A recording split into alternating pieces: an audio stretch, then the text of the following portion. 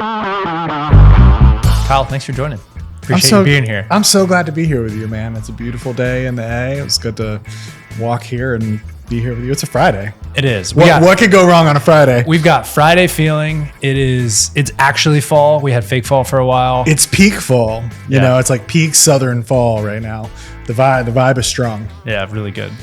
Speaking of southern, so we were talking in the prep for this, and you brought up the ship of Theseus for this moment that the South and maybe Atlanta finds itself in, which would love if you can explain ship of Theseus and what you meant by that and how it relates to where we are. So as much as I would love to say that I learned about the ship of Theseus from like a classics class or something, I learned about it from WandaVision, the Marvel show. Basically, it's a thought experiment where there's an old ship in a museum, and plank by plank, they have to replace the boards as they rot and deteriorate. And the thought experiment is, at what point is the ship of Theseus no longer the same ship? And, you know, it's a great open-ended classic philosophy question. My answer that I land on is a bit Schrodinger's. It's like, it always will be and it never was. And so in the context of Atlanta, where I was born and raised, in Georgia in the South, I'm a proud Southern boy. I've thought about being anything else, but it's who I am, you know? The old Johnny Cash, we played faster if we could.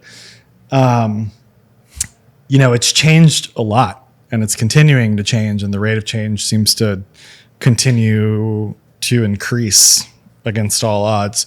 So is it still the same Atlanta that I grew up in?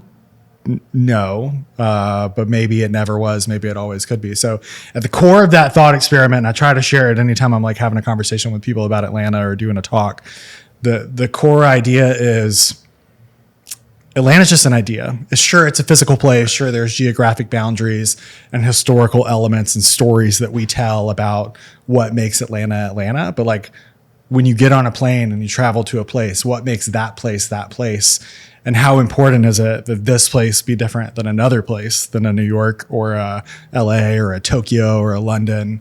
And what do we mean when we ask that question? You know, like, how do we create home? And I'm not an urbanist I'm not a student of urbanism. So there are people who have pointed me to great tenets, great books in urbanism around that idea. But I think more everyday people, especially as we figure out what home means and what community means, should be grappling with like, why do I choose to be here or not? And what can I do about making it the place that I want it to be?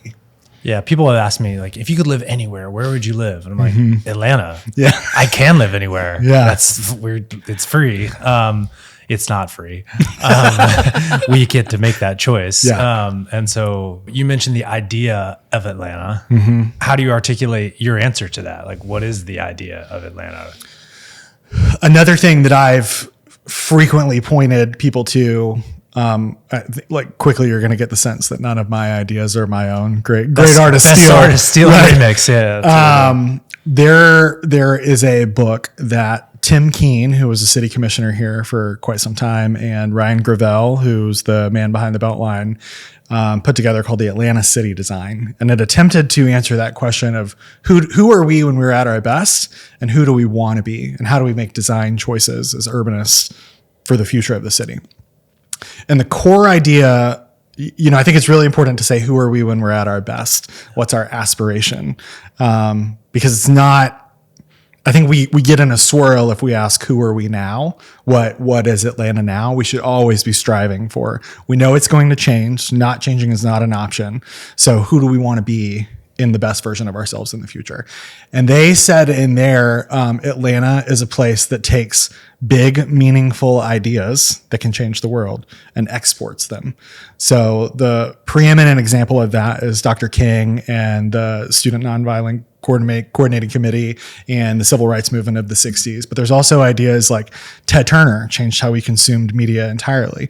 Maynard Jackson arguably changed how, at the mayoral level, local politics could change the lives of people and be more inclusive. You have folks like, Jasmine Crowe, who was like an early B Corp adopter and is changing how we think about food waste and like really, really essential questions. So there are things that happen here, and there are, I could speculate all kinds of reasons for it. There are things here that I do feel like can't quite happen anywhere else, that are a result of some of the things that I perceive as good and some that I perceive as bad. When they collide, the best thing that can happen is the export of meaningful ideas that create positive change for the rest of the world.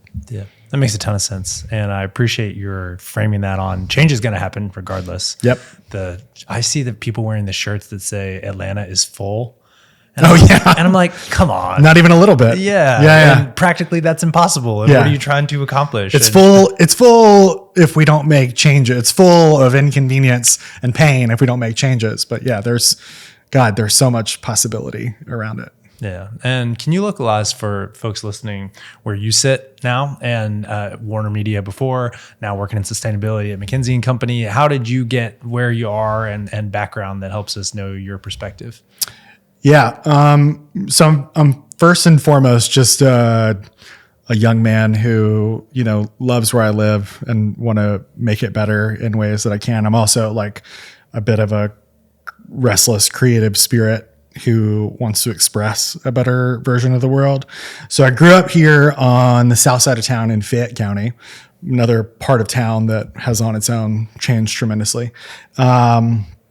I was a two-time Georgia State graduate, and like I go that far back because I've kind of sat on that razor's edge between, do I choose a creative life, an artist's life, or do I choose a corporate life, essentially? And I've tried to really like rectify that tension my whole career. So I got an MBA and then immediately went to a creative agency, and then learned that I had like really deep passion around culture and investigating the question of like, why does work suck? Why is it at the center of our lives if it sucks, and how can we make it better? And that question took me through a Lead Atlanta relationship. It took me to then Turner Broadcasting, the home of Ted Turner, then WarnerMedia, now Warner Brothers Discovery, probably assemble sometime in the near future. And I did that for a few years, and Warner Brothers Discovery's situation is well documented, and there was a lot of change there. And I also had a child in 2020. We had our first kid, and I had a moment of full existential breakdown at the end of 2020, holding my daughter in the nursery, just like, well, I'm in the making TV business. I'm hanging around cool creatives, like the best people I've ever met in my life. But we're really struggling right now. Like we're really challenged around the core of the work because of everything that's happening in the industry. And I don't want to look this beautiful girl in the face when she gets older and say, all I did was play a violin while the ship went down. So I started seeding that idea with people, and that was how I got from the agency world to WarnerMedia. It was just like, Doug Shipman has been a great mentor, and he like put the idea in my head of brand association. So he was like, if you want to be known for culture, tell people that's what you're interested in and want to work in. And then eventually somebody will make the brand association and call you when the opportunity arises. And so then the same thing happened. An old colleague from my agency days called me up and said, hey, I've landed at McKinsey now. And it just started as like, I want you to meet some people. It's like, great. They're in Atlanta. I'm in Atlanta. Is the wife of a former Turner colleague, a beloved Adult Swim guy. And I never saw myself at a place like McKinsey because I had gotten accustomed to wearing t-shirts and, living the casual creative life. And then I met this person who I now work for, and it was like instantaneous. I saw the challenge, the like opportunity to do really meaningful stuff at a really great scale. And then the conversation evolved into like, we're going both feet in on sustainability, and that's where we really need some help. And I was like, well, I'm not an expert, and this is a place for experts and lifers, and like it's a very complex and thorny challenge, but like I certainly have passion around making a change. So like if you'll have me and you'll have somebody that's going to constantly ask kindergartner level questions about what we're doing, then I would like really like to do this work. I've been looking for an end for this kind of really meaningful thing. And fortunately they were courageous enough to take that risk. And that's been 3 years. And, it's like it's been a challenge certainly, but it's one of the best choices I think I ever could have made for myself. Mm. When we scoped this, I had 3 C's in mind, which were talking climate, talking community, and talking creativity. And now you've introduced a 4th that we'll start with maybe, which is culture. That advice that Doug Shipman gave you around like branding yourself as a culture person and then trust that the dots will connect. Can you unpack a little bit about how did you think about that? How did he tell you to apply that advice? And then if you took it and ran with it, like what did you do to brand yourself as the culture person? And how did you kind of let serendipity do its work? Or what did that look like as it played out? Yeah. The 5th C, and the one that underpins all the other 4 is curiosity for sure. Like if I have one core trait to who I am, it's rabid childlike curiosity. And so I worked at this agency, Jackson Spalding, small, independent, Southern, like very founder-led type of organization with strong ideas about culture. And so I was in this place where we were talking about it every day and we were thinking about it, but we were also scaling. And every entrepreneur knows, like you hit an inflection point at some point where like culture gets harder and harder to scale when you can't all like sit around the same pizza box. So I started reading everything that I could about culture, and the movement was still pretty nascent at the time in the early 2010s. But it had taken root at places like Netflix and LinkedIn and places in Silicon Valley. So folks like Reid Hoffman and the folks at Google had started writing about these big ideas, and it was just the idiot glee, to use a Brian Eno term, of like, hey, did you see this? Have you heard about this? Just sharing books with people and articles and like physically printing stuff out, highlighted. Like, isn't this interesting about the way that adults learn in organizations, or the way that knowledge and rituals get shared, or whatever? It just fascinated me on like a sociological and anthropological level. And it was like, well, if we had people grappling with this like philosophically, then maybe we can make work better that way. And so it was a curiosity that turned into a preoccupation. And I just started talking about it a lot to people. And the best thing that came out of that was, I got the job and culture was in my job title. And when you have something that seems cool and splashy and people don't really understand it, they just like start reaching out to you cold. Tell me more about this. I'm interested in this. I'm yearning for something with some depth. So like pretty quickly I found a community of people who did it in the container of the role that they had, or they were starting to get jobs like that. Like I gotta give love to my good buddy Maggie O'Connor, who was also in the agency world and was a pioneer in Atlanta and really nationally, in my mind, in this space. And we started like a support group for culture professionals or culture passionate people that love their organizations and wanted to be good patriots and make their organizations better. And so we use this national flag of Culture Lab. Josh, I can't remember Josh's last name, but he wrote a book called Great Mondays, and he's a culture guru as well. We used the Culture Lab brand and started an Atlanta chapter and started convening a community of folks around it. And many of those folks have gone on under a different flag and are still doing it. Is this post you getting that advice, or does this just kind of align? It was really the reading and curiosity part was post the advice, and then nothing happened for a while. Actually, it was like me sharing for a long time, and so there was build up, and then I got the role, and then all of a sudden there was an explosion. It was like 10-year overnight success type of a thing. Yeah, and what are the takeaways and learnings for anyone who wants to be, I guess, known for something like that, to like take away and apply? And I like to selfishly presence it. Like I like thinking about AI, tech, and spirituality and kind of the intersection of those. I talk about that a decent bit on this podcast. It's not the sole focus. Yeah. I'm not sure that I want that to be my job. I have a different job, but just like for someone thinking about something like that they have a passion about and they want to be more of their presence. So like, I think I would define it as smart sharing. Like the temptation is, I'm going to start a blog or a podcast or whatever. I'm going to start evangelizing about it I'll get a milk crate and stand on the corner and whoever will listen. But the other component of it, the really crucial component, is the relationships, is the community, is where can iron sharpen iron? Where can other people add their part of ideas and passion to yours? And you get 1 and 1 making 3. So like, the love language of, I saw this about AI and spirituality, and it reminds me of a conversation that we had. I thought of you. Let me know your thoughts about this.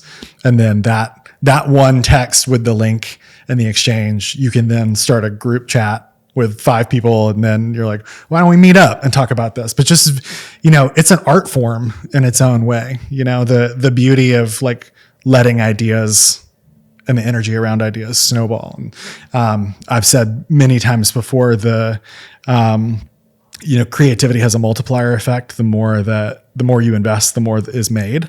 And I think the same is true in like being known for a thing. And that's one of the things that like I loved about you instantly. You get right to the heart of questions. You're a very profound thinker.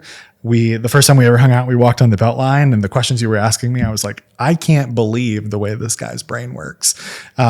So there are a lot of people like me that would like follow you anywhere around the topic that you're interested on.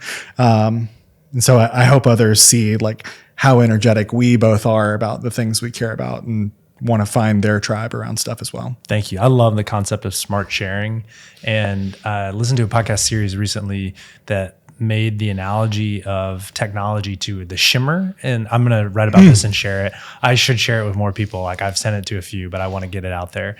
And they basically talked about technology think about it almost as like an alien that lives among us now. And capable of so much. We don't fully even understand where it is or where it's going, but the change is inevitable.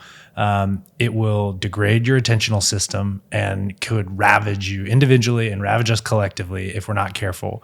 But if we learn how to protect our focus and our consciousness, and he says, ride the shimmer, navigate technology well, you can learn and do and be anything. You can make more money than you can imagine because you've mastered things, and then you can find your people and go with that tribe. And I have felt empowered and invigorated by that notion of, if I can figure out how to keep focused on the right things and meditate and cultivate awareness and put it towards something good, and then I can leverage technology and the internet to help me learn and apply myself. And then I can find folks like you and others who are thinking about similar things and who inspire me. We can go to a really good place together. And like, that's the wavelength I want to be on. So I really like the concept of smart sharing as it relates to that. I love that. It also makes me think, the concept of like technology or the idea as this third thing that you need to regard as almost a being, an idea as a being with a soul. T.U. Wan, I think is his name, one of the great all-time urbanists, wrote a book called Space and Place that somebody shared with me. And the idea there is to think of like the soul of a city, not like physical locations, but the thing that I took away from the book is all about the vibe, the experience that you have in a city, and your relation of 10 points is different than the way your neighbor might experience the city or the idea of a place. So I think it relates back to the ship of Theseus, the urbanism conversation. I really like just having a healthy respect for whatever your domain is makes you a better craftsman and human for sure. I asked the same question about the idea of Atlanta. Would you articulate the soul of Atlanta any differently? I mean, I think the soul of Atlanta is soul. What's kept me in Atlanta is the creative culture that has, existed and to some degree succeeded against all odds. And that's music, that's, visual media, that's all sorts of different domains. Food is another one. And I'd also be remiss if I didn't say specifically, like, the Black culture in Atlanta is a differentiator, and I wasn't aware of how much that was the case until I really started traveling. There are things that are unique, and those two things, by the way, are like inextricably linked. But it's definitely the creative culture, the expression, and a lot of that came from like not being heard. That South's got something to say, and or being disregarded, not considered. Like, well, we can be whatever we want down here, and people like Andre 3000 always have and continue to, and are inspirations to me. So when I think of the heart and soul of Atlanta, like what it really means to be an Atlantan and the responsibility that then gives me, is to make it a place of unique expression, like to be the one true you from here that couldn't exist anywhere else. That resonates. Let's go to climate. So you talked about, I loved what you said, like, hey, can I ask some kindergarten level questions? Yeah. Because I'm not the climate That's all I got. How did that go? Like, I mean, I'm thinking about climate all day. I have a story that it would just be existentially scary, and you'd feel like, and there's nothing I can do to change it. Like, it'd be one thing if you were thinking about impending heart disease all the time, and you're like, at least I can like go for a run and try to not crush red meat all the time. Yeah. But like climate, like what can you do? Like, how is it working in that? So right off rip, I'll say I am not necessarily doing super great. And it is thankfully an important thread of the conversation with climate professionals. Like, how do you sustain yourself? How do you stay in this fight? There's a whole thing around climate doom versus climate hope and climate joy. And so I think anybody that touches this stuff full time is like really trying to grapple with that. Where's your level of alarm? You know, if you had to, where are you on the doom to hope spectrum, just to calibrate us? It's high. High as in? It's high as in like, not only could it get bad, it is going to get bad. And I think 2024 is a year where we've started to see that, and just, oh, by the way, how little even the experts know about how bad it could get. But no matter how bad it gets or has seemed to get so far, you do see the Mr. Rogers look for the helpers. We are actually, in fact, at our best when we just like are faced with the worst of it. So I will never resign my hope in us as a species, because when the chips are really down, it hasn't gone full Cormac McCarthy's The Road yet. I really do believe, and maybe because I have to, that we're going to be mostly okay-ish. Like there will be devastating, irrevocable consequences, and I don't know how to reckon with that. I don't think any human actually is physiologically capable of wrapping their mind around the scale of some of the things that could happen. But all I know is that I'm still able-bodied, I'm still privileged and resourced, and as long as I have the means and ability to help, I will. I got really bad into a climate doom and like politics and everything doom spiral for a while, and started by adjusting my media diet. Like, okay, I kind of know what's out there. I can check in on this less, and just rely on some trusted sources. But right before I started like pulling away from Twitter, there was a tweet that the original tweet was like, oh my God, the Amazon rainforest is burning and I'm writing about blah, blah, blah for this publication. Like, how can I, it seems farcical to go on. And then the person quote tweeted and said, I get this thought about once a day, like, why do anything if nothing means anything anymore? And there is apparently a Muslim adage that I'm not going to get right, but I'll approximate, the Prophet Muhammad said, if you happen upon the end of the world and you have a sapling in your hand, first plant the sapling. And on my absolute worst day, when I hit rock bottom mentally about where things could go, I think about my kid, and they're like automatically points for something to live for. Well, I don't have a choice. And then I think about that adage, and it's like, I can't control really hardly any of it, but that shouldn't stop me from trying. Yeah. What are you going to do? Grab your hose and go to the Amazon rainforest? Right. Yeah. Get on my private jet and create more carbon emissions and go down there and fight the fire myself. I can't. But what I can do is touch what I can see.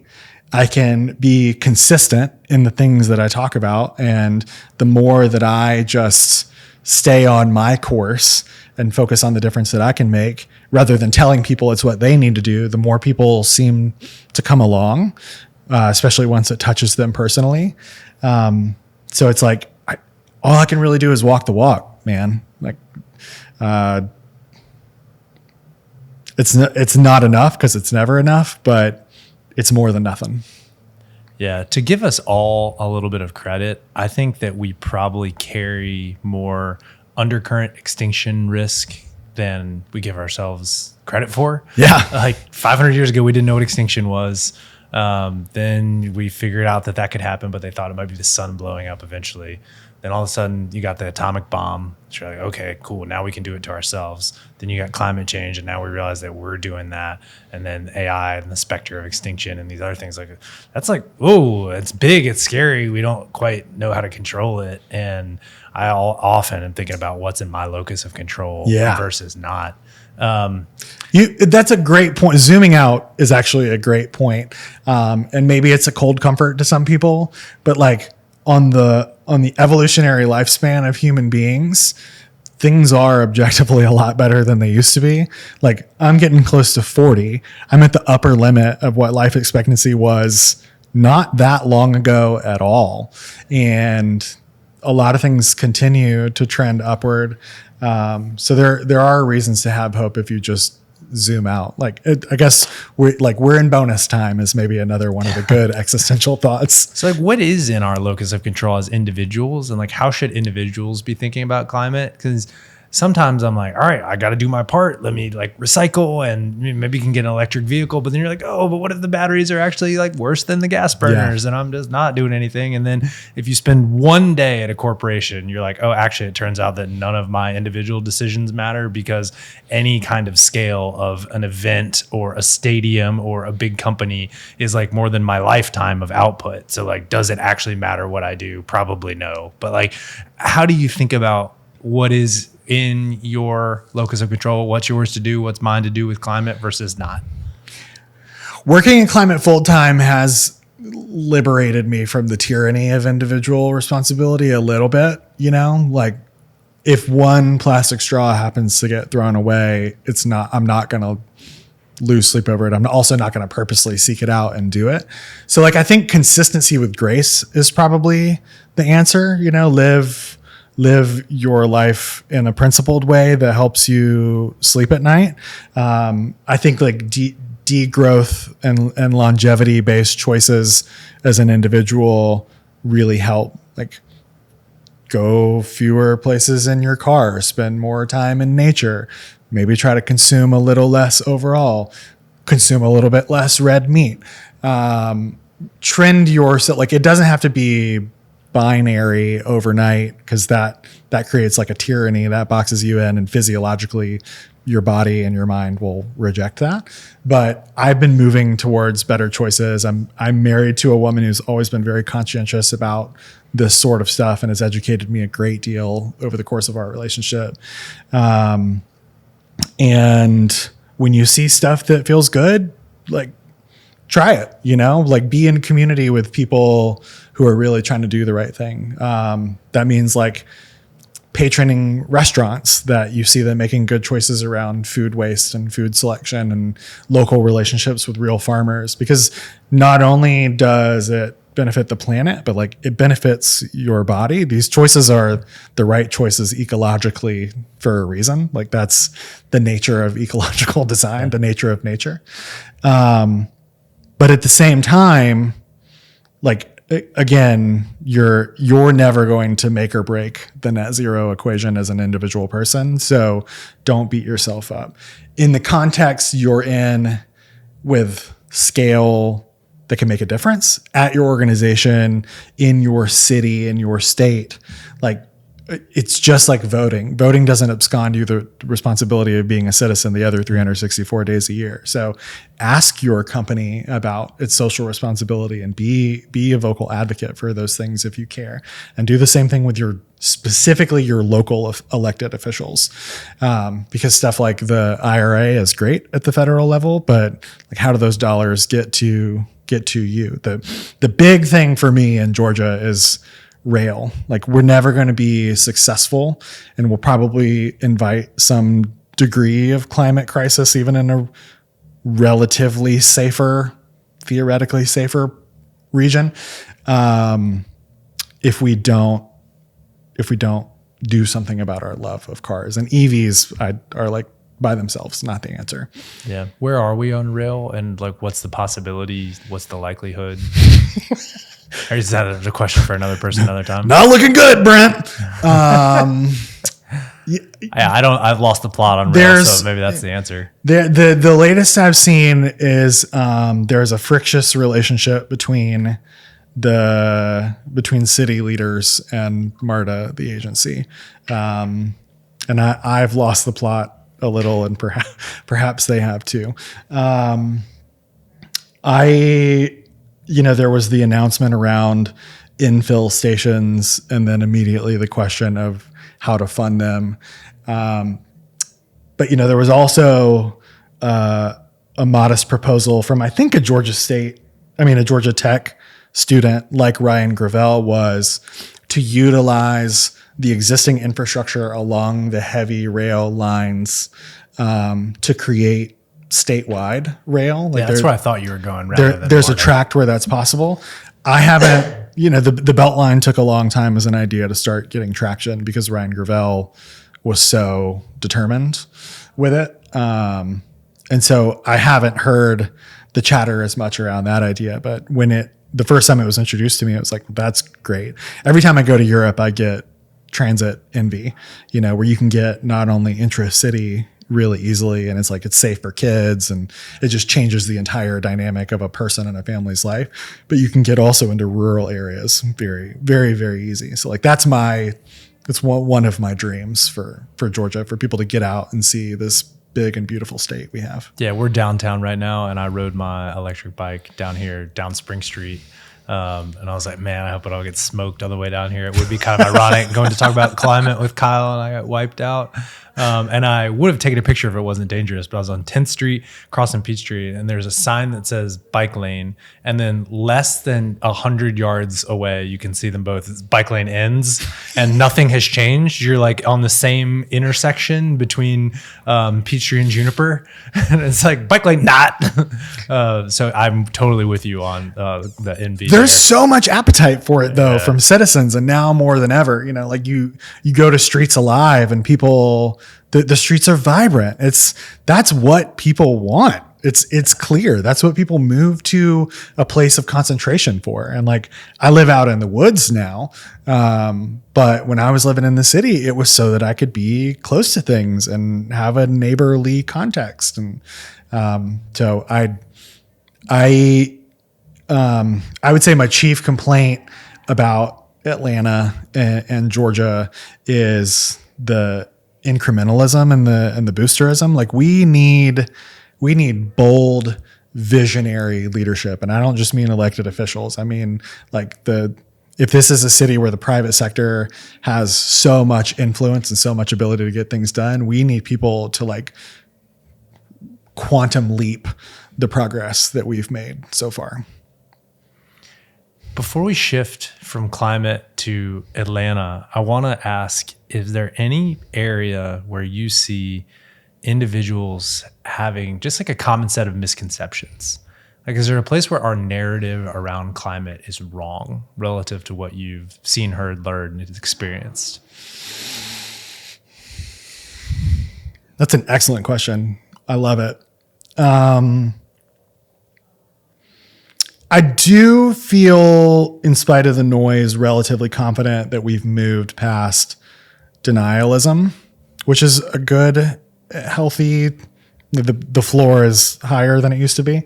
You know, I sympathize with the doomers that don't see stuff happening fast enough. But in my experience, like really being on the front lines of it, there are a lot of people with totally different motivations, wide set of motivations, who really care about this a lot and see its potential to transform the world for the better.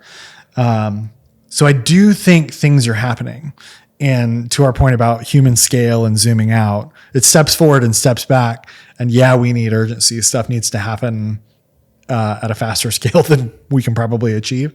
But I think that's the biggest misconception, is like people are sitting on their hands and they're not doing anything. I absolutely wish there could be more people doing more faster.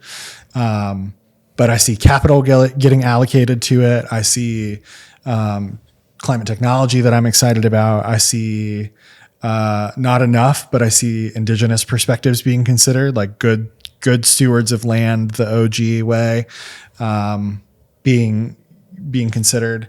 There are good things happening. So I think, like with everything else, the conversation can get a bit binary, and there is a lot of nuance. And the way to get in the nuance or move it from red to green is to just do something yourself, whatever it is. Just enlist yourself in the fight.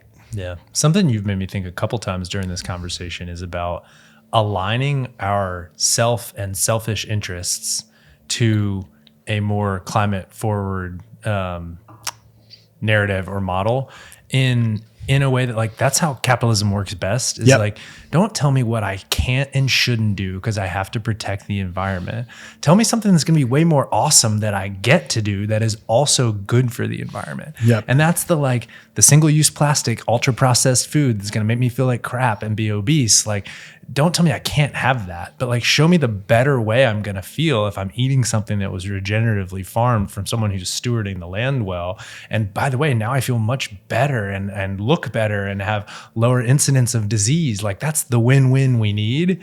And don't tell me I can't drive, like the limbs are coming from my car. Like, show me how awesome it is to be out and about on an electric bike, like cruising with the wind and then doing streets alive and walking around. And like, that's my hope for like how we could set the narrative in the right way. You're absolutely right. That's an excellent insight. And that's been just in the past 5 years thing. Like, I think COP26 in Glasgow was kind of a turning point where the private sector started showing up in the climate conversation. It was previously pretty siloed.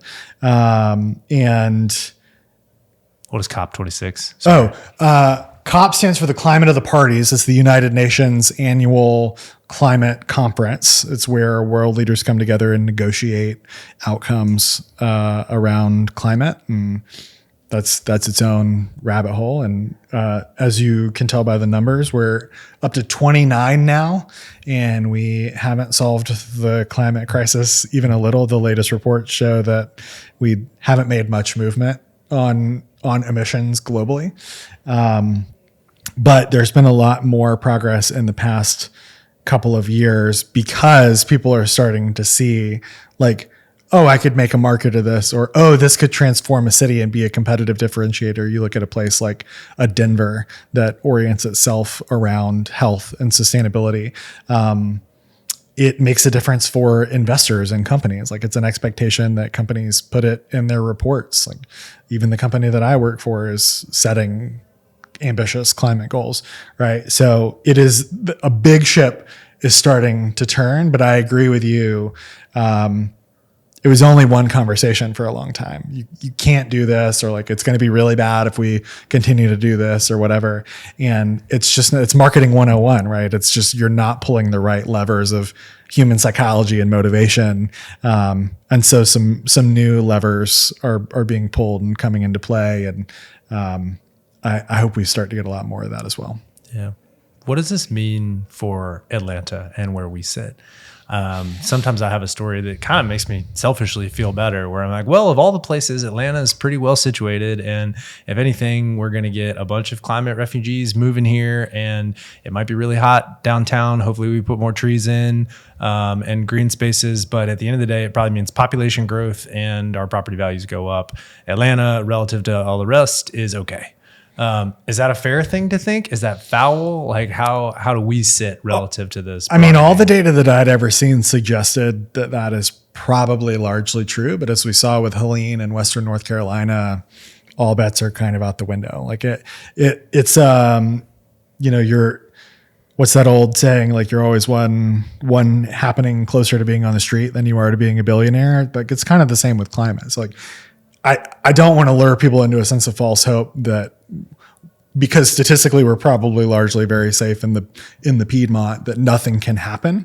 But it also goes back to the ship of Theseus idea. So like, say we do get a bunch of climate refugees from Florida and even down from Western North Carolina, that changes. They all live here now. They're all Atlantans or Georgians now. And what does that mean? How do we onboard them to the idea of what a new Georgia could be if there's no Florida and the coast starts to get a little closer to Valdosta, maybe.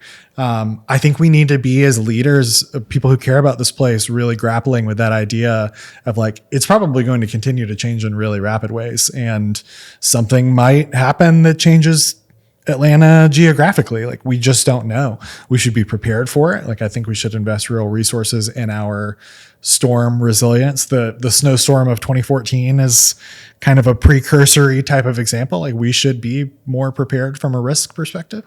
I do sleep decently at night, feeling like we are relatively shielded from some things. I worry a little bit about the hotter summers continuing to intensify. But having grown up here, it's sort of like, I don't know. We'll figure it out. Everybody before us always figured out the heat in a more agricultural society. So, like 75% optimistic, 25%, feeling in my gut, but also feeling like that should not paralyze us, feeling like it should spur on real conversations around how we prepare for contingencies, and not just leaders, like everyday people. What's our plan if all of a sudden our town totally transforms because 10,000 people relocate to this county that I live in, that I love? What do we do then? How do we be good neighbors? What does that practically look like? Like you said, like grappling with the reality that we might have a ton of change if people come in. Like, if I was like, all right, I'm gonna spend the weekend grappling with that, what would I do? Like, what should we be doing? So I think from the risk perspective, look into what kind of stuff your county and your city has in mind. Like, I think talk to your hyper local, in your zip code elected officials about that. And thinking about my own, I don't know what kind of answer I'd get, but I think a bit of it starts there on the like policy and funds type of thing. Like, what can my tax dollars do to ensure that we're resilient? What measures do we have in place?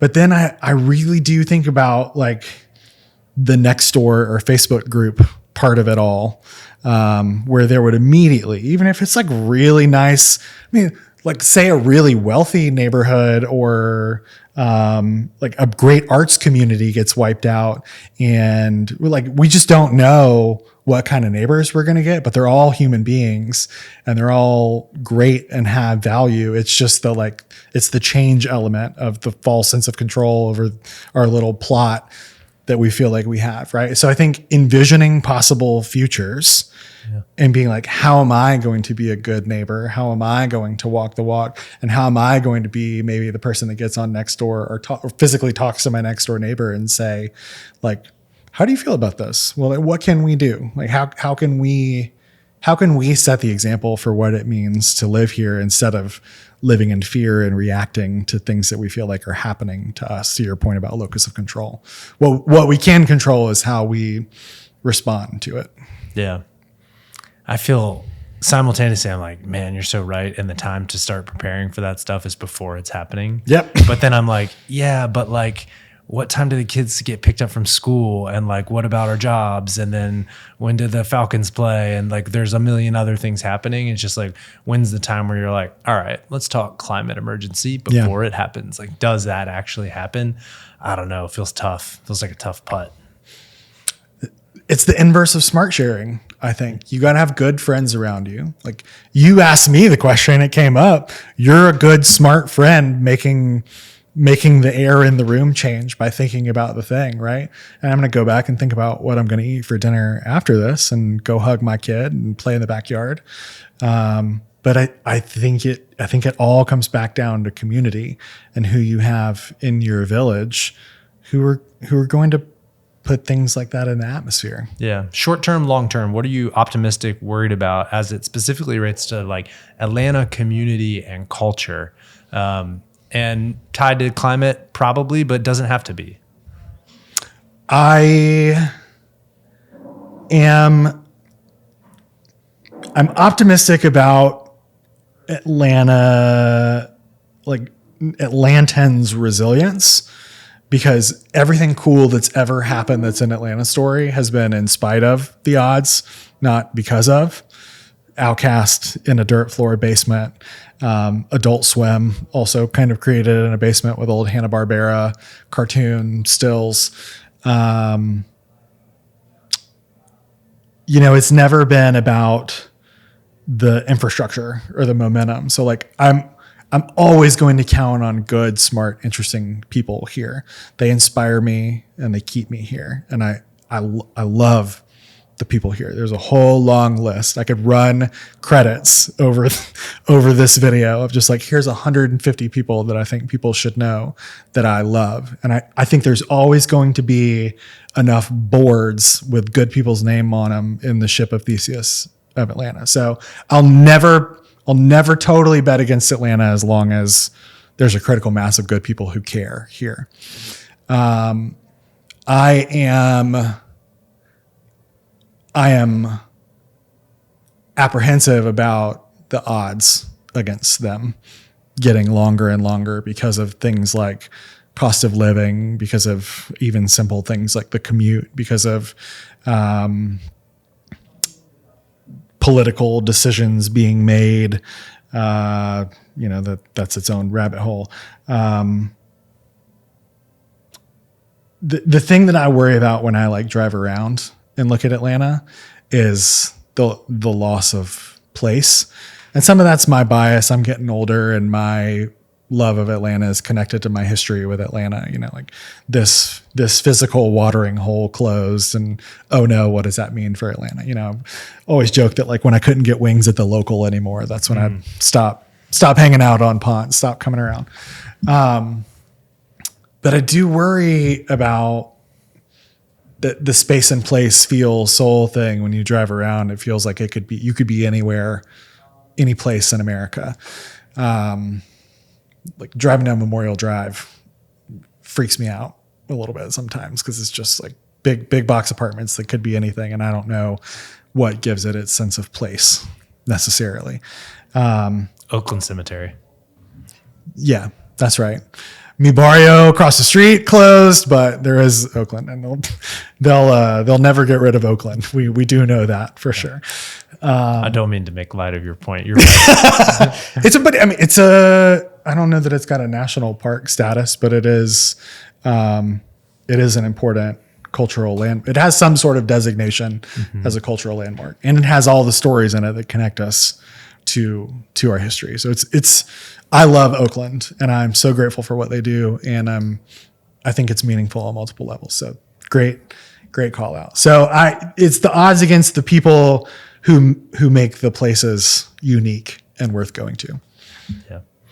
And what I am extrapolating from what you're saying is like there's there's a soul that comes through when people are uniquely creative in a way that could kind of only be Atlanta. And it feels like the later stage capitalism forces of placeless standardization is underway. And then you might accelerate that happening by getting a lot of people coming in who may not have the historical context or respect or reverence for that kind of unique Atlanta soul or like understand its flavor. And that might accelerate that loss. Is that a fair way to say that? Absolutely. And I don't want to blame it on people moving in because they can very much be a net add in so many ways and have been. Like best case scenario is they just don't know. They just don't know. It's like getting hired at a company and then not onboarded. These people can move here and go sit at their desk and not know what's a cool neighborhood, what's an out of the way hidden gem, who's an elder in the West End who has all this amazing history and I should just go sit on their porch. There's that guy that's in Atlanta that's going kind of viral on TikTok right now because he's just with a 5-year-old's childlike enthusiasm going almost literally every place he possibly can and checking it out and just being like, this is cool. This is also cool. I like this place. There's so many places in Atlanta. I can't remember his name. I'm going to have to send it to you after, but people in the comments are following it with a similar sense of like, I've lived here my whole life and I have actually never been there. So I'm going to go there now. So there's something really galvanizing about it. So it can be, I don't get caught up in the old Atlanta, new Atlanta thing because it's a trap. But remind me what. I don't think I had a question. What was the prompt? How did we get here? Well, I did want to ask a follow-up, so maybe we'll just skip me not having a question. Yeah, that's great. You mentioned, I love what you said around it's like starting a company but not having onboarding. Mm-hmm. How does someone get onboarded if they come to Atlanta for the first time? What should that look like? Whose responsibility is that? I have had this conversation with Bame Joyner. The Atlanta Influences Everything. Bame needs to get on this podcast. He sure does. You have time for a 4-hour episode if you have all the time in the world. You can break it up into chapters. Bame, there was that old Metro Chamber campaign, Choose ATL. But he was like, why is there no Chose ATL? If we attract the people and we get them here, companies have retention strategies. Why do we not have that? We want to differentiate as a city. If we want the city to have a culture, why are we not thinking about the retention after the onboarding? We have these big companies here. They ostensibly want to retain these employees in Atlanta in this market where they've made an investment. Why are we not helping with that on a city level? So I don't know what the answer is, but I think the right consortium of people could do something really cool and provocative around it. Like, I really do believe, as woo-woo as it sounds, making meaning around where you live, like cities that do that. I think Austin does this pretty well with Weird and like integrating nightlife and lifestyle type stuff into your everyday. I think cities that do that well will win. Yeah. What do you want to see? Like, what do you want to see get created? And I'll riff there while you think about it. Like, again, going back to this Shimmer podcast and this concept of we can do anything we want if we are marshaling the technology and the resources to find the right people with the vision and then creating it. And so it's like, man, the shackles are off in terms of what can be done. If you can point it in the right direction, focus on something, galvanize the right people, money, resources, technology around doing something, which to me is really like creatively inspiring. It's like, what do we want to be the flying car capital of North America? We probably could. Do we want to be the EV capital, like the electric bike capital? We probably could. Like, we're going to stake the flag as the music, hip hop. Like, what is it that is in our locus of control that you'd love to see us galvanize around? I want to see us. I have used this phrase to describe my dream band. Like, if I ever started a band, it wouldn't be called this, but it would be like Quantum Skinnered. It'd be like Skinnered from a different timeline. Cause like I'm a blue collar barefoot boy, with like a pretty cosmic, I think, progressive headspace. And I don't see myself represented in media or anywhere else out in the world. And Atlanta, the Atlanta that I love is full of those people, and Georgia too. It's like our version of crunchy. We're like not like granola camping crunchy as much, but the Georgia that I love has a bunch of people in between the points of the horseshoe where we have characteristics of like flattened media profiles. You know, you believe some stuff that is maybe historically conservative or progressive or whatever. And everybody's just, you know, it's like, he's not this or this. He's just Brent. He doesn't do this or that. He does all of those things. He's Kyle. That's the Georgia that I love. And that's like Outkast really typified that for me. That's why I always point back to them as they should be on Stone Mountain. They're our Rushmore. That's our North Star for the kind of thing that's possible. Or like a Donald Glover. Like Donald Glover couldn't have happened really anywhere else in my estimation. So my view of a better Georgia is like third place between polarities, freak flag, and like and not just weird, but like a place where people know they can be their ultimate version of whatever their thing is. I heard somebody use the phrase new collar for workforce development. I want to say it was my boy Michael Chandon from Cherry Street Energy, who I just love. And he's from Macon. And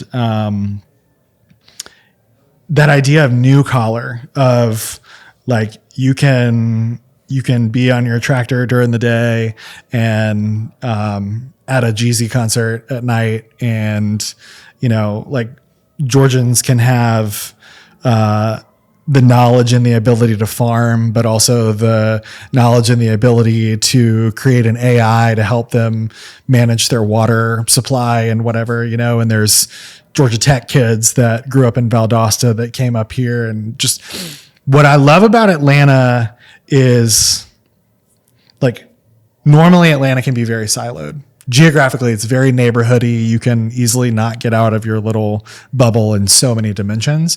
But like the people that are really the best in Atlanta to me are the ones that pull strange intersections.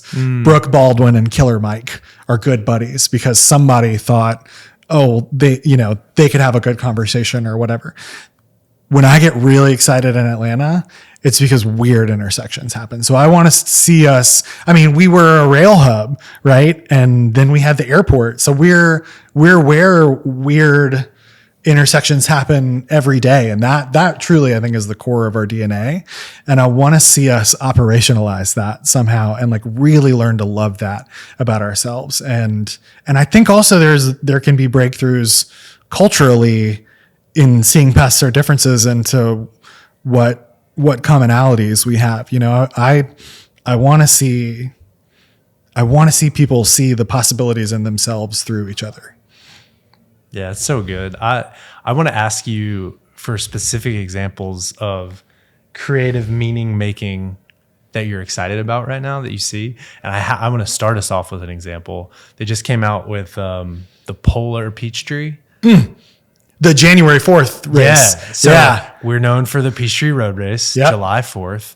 And so they're doing the polar opposite on January 4th, 6 months opposite. They're running it in reverse. So instead of starting up by Lenox and finishing in Piedmont Park, they're starting in Piedmont Park, running up Peachtree and finishing at Lenox. Like, that's great. That's so much cooler than just another race. I totally agree. And that's only here because we've got the Peachtree. And so it's like, what other things do we already have that have meaning, or where are the places that we're kind of known for that we can lean harder into? Like, I love that. Any examples like that like you're particularly excited about right now?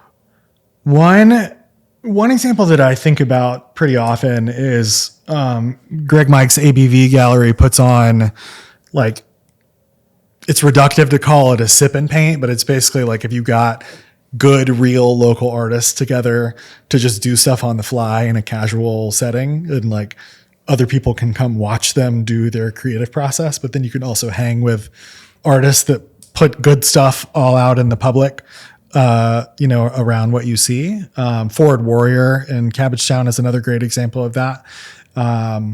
But like getting to be around people who are doing their own thing and just like making that part of your everyday, it makes for a much more inspiring life. Like I specifically think in the visual artist community about my buddy, George F. Baker III, who has these like really bright, vibrant, cartoony murals that he does. And I've known him since we went to Georgia State together. He is so good to be around. Just the endorphins you get from just like seeing his big smile and hugging his neck, and then seeing his vibrant, positive, on purpose, large scale works. Like my 3-year-old daughter loves him. She's only met him twice and is like obsessed with seeing him on Instagram because he's so radiant. And so again, I think it comes back to community and smart sharing, because we have so many of those people in town, just giving them venues to collide in interesting ways and let like normies, more consumer type people be around them and soak up the cool, unique things that they do. I think we all benefit when stuff like that happens. Yeah, totally. I also just I just want to celebrate how excited you get about other people. And one thing that I always do for this podcast is I ask guests to introduce me to the next guest, somebody that I should have on. It's part of the fun for me is like meeting other cool folks in Atlanta. I think we probably only originally got introduced because this art was getting created, and Kyle hit me up with a list of people immediately. He's like, these are exciting. I want to be like, yes, yes, yes, yes, definitely yes, yes, and yes. So it's like, who am I, man? I'm what's that old saying? The best way to be interesting is to be interested. Like I'm a big guy with a bigger aura. I don't need to make my presence felt, like when I walk into a room and I look like the big gigantic leprechaun looking guy, you notice, I have a unique thing and I know that. So I don't need to worry about being perceived or connected in this world. But I get my energy from everybody's unique thing. I call it the Prince principle. Like there was only one Prince, and everything you ever touched, you knew it was his thing. And that's the only way to truly exist in this world, is to try to be one of one, not something that's already existed. I think a lot of the like existential crisis around men right now and masculinity is because they feel trapped into these archetypes and they're not trying to just be themselves and whatever, just Brent or just Kyle. I have really, really strong feelings about that, but there's a lot of the Prince principle happening with good Atlantans. And I feel at my best when I'm trying to be the only me. And as a result, what helps me stay on that path is being around other people that like, oh, that's the only George F. Baker III that I've ever met. Yeah. And from a unique point of authenticity, rather than trying to put on a front as the one of one, only. That's right. Just actually, I really appreciate what you said around your third place, let your freak flag fly. Yeah. Like combining those. I mean, creativity is just a novel combination of existing elements, right? So like you'll never be the only painter that's ever existed in Atlanta or whatever, but you can be the only painter with the AI shimmer or whatever, just constantly seeking the combination of elements that resonate with you and being like, how could I take these two things and make them my own third thing? Like that's the kind of stuff outside of being a dad and watching a human being figure all this out in real time. That's the kind of thing that keeps me motivated just to stay alive in my own life, Yeah. Because you don't know where it's going. It's going to be interesting. It could be anything. Yeah. Let's do the lightning round. Your favorite Atlanta meal? RIP, the wings of the local. They still exist.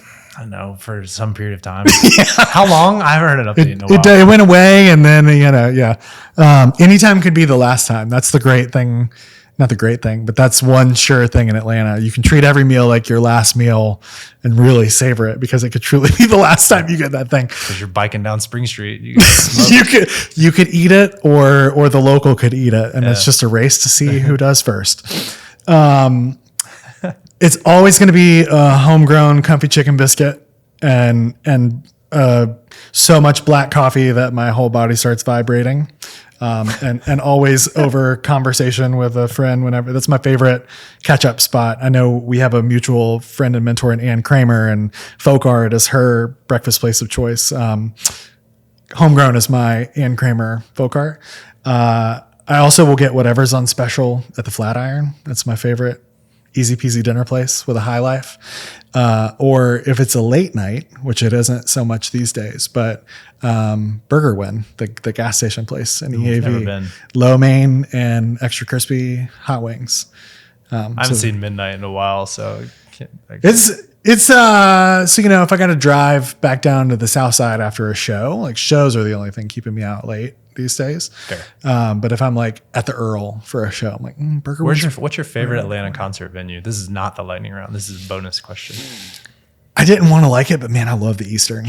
It's a good room. There's no bad space in it. I just saw Vince Staples there with my brother a week or two ago. You didn't want to like it because it's on Memorial and you're worried Memorial. It's on Memorial at the Dairies. If it was like, oh, they're going to build a big corporate room or whatever. But it's the 0 Mile, folks. And Terminal West was really good. I used to live on the West Side a long time ago. But the Eastern is optimal. Yeah, we just went to Lake Street Dive at the Eastern. It was nice. It was awesome. Yeah, there's no bad shows at the Eastern. Yeah, it's a really good time. I totally agree on that one. What do you think happens to us when we die? I think the main thing that we can count on is that we don't know for sure. We can believe things with 99% certitude. Nobody knows with 100% data evidence. So like I can speculate and I can make choices about the way I live my life based on my speculation. But the thing that I know to be true is that my body will expire and go into the ground, and I want it to be a tree. And like the speculation starts at things can happen with the entropy of the atoms in my body and the energy of them. Like I read a great book a long time ago called The Order of Time by Carlo Rovelli that gets into some poetry around the entropy of the universe and what that means for us and our consciousness as human beings. So like, it's reductive to say, I don't think it matters. Obviously it does. It's preoccupied people since the beginning of existence. I want my body to turn into a tree. And, you know, I'm more worried about the second death, not when your body dies, but when somebody talks about you for the last time. Like, I hope that I live on in the stories of people that I love and respected and the nightmares of people that I didn't.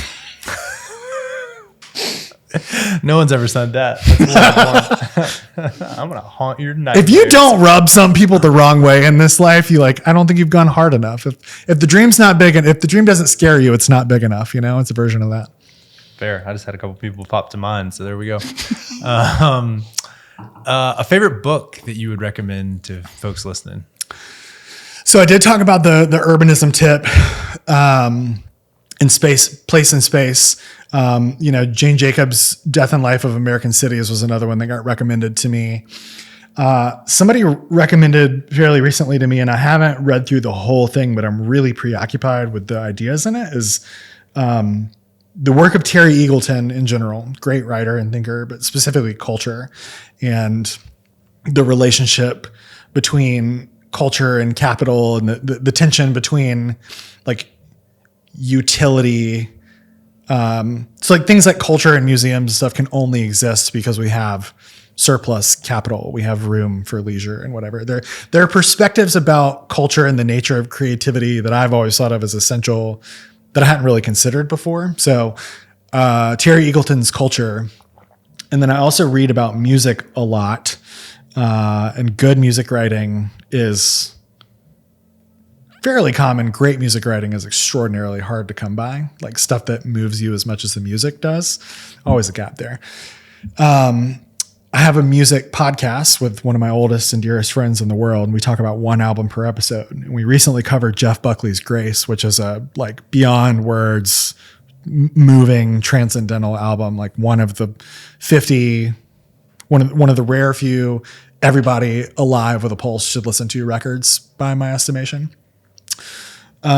This woman, Daphne Brooks, wrote for the 33 and a third book series with Bloomsbury. She wrote a book on a very personal book, like a long form personal essay almost on Jeff Buckley's Grace.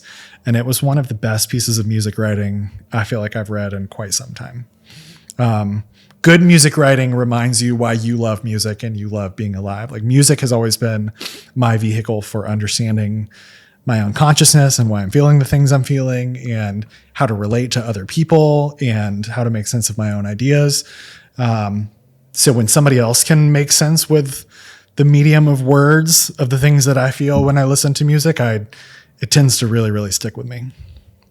That resonates so much. And some of the times that I felt closest from a spirituality perspective is when I like watch people making some kind of worship music. It can really be any time. And I'm like, they feel compelled to do this by some combination of forces that makes them think this is how I should spend my time and energy, is making this music. And we have felt that for a long time. Yeah. In ways different, where we're like, this existence is magical enough that I need to sing about it and play music in praise of it. And it harmonizes us together across the generations. And we just like, we touch into something sacred and soulful and much bigger than ourselves. And that's an important gateway. Hard not to believe in God when you listen to Mavis Staples. Yeah, I totally feel you. Flip side, maybe, what is a habit that you see us embracing in modern culture that you think doesn't serve us? And what would you replace that habit with? You know, a thing I worry about as I get older is the me over we. And part of that's algorithms. Part of that is politicians' messaging and culture writ large playing into the idea of aggrievement or fear or isolation or being in your own head. Like there's a lot of factors converging, sometimes for a profit motive and sometimes just human nature, maybe, to isolate us and alienate us and make us focus inward on ourselves and in all sorts of ways that are bad for us. You know, it is good to think about yourself and look inward. But the tip that I've really been on lately, and I even need to do a much better job of this, is the being a neighbor, is the walking the walk, is the setting an example. You know, my daddy Bo, my mom's dad, like, he's not what I would consider a philosophical man in any way. You know, he worked for Consolidated Freightways, unloading trucks for a long time and got his gold watch. And he's a deacon at his church and, you know, works on his truck and does stuff in his backyard. But he's just always walked the walk around we over me. He's the first person to hop in the truck and go down the road and help somebody fix their flat tire or just go check on somebody who their mom just died and, you know, they need somebody to talk to. And has never made a political philosophy out of it or whatever, you know, like he dropped out of school in 3rd or 4th grade to work on the farm with his family. And there's just such a steadiness and a sureness to that like makes me confident that is the way. Nothing, no ideology, no evangelism, no anything has ever been more important than just being a good man and a good neighbor and living what he knows to be true. And so like, I get in my head a lot. I think big and talk too much. So if I really spiral out, I just think about Bo Cardin. Just like that's the answer's all right there. Just we over me, be a good man in your community. Yeah. And then what's a hope that you have for Atlanta when you think about the future? I think we talked about it a little. I think it's like a place where people want to be their one true selves. And I want to live in a Georgia and an Atlanta that makes Jimmy Carter proud. You know, what did he say? My faith demands that I do whatever I can, whenever I can, for however long I can. I want us to hear Ray Charles's Georgia on my mind and think about the natural beauty of this great state and steward the great asset that we have from the Okefenokee to the North Georgia mountains and all the places in between. And like the American promise, I think, can be here in so many ways. Like everything from racial and identity progress and coexistence to like learning to live in greater harmony with nature, to making progress on technology, to being a hub of great knowledge. Like we've barely talked about the great universities and bodies of knowledge that exist here and like are really, truly a huge asset to this place. I think about it in the classical library of Alexandria type sense, where like we can be a hub of knowledge in so many domains and should really cherish that about ourselves. But again, I think it all starts with the saying that out loud about ourselves, agreeing that we all take pride in it and stewarding it with a lot more intention. Thank you. Yeah. When you were talking earlier in the podcast about what we perfect and export, I think what Emory and Georgia Tech specifically are cooking up on AI and the humanities and how to leverage technology across disciplines to try to get to a better outcome that ultimately leads to human flourishing.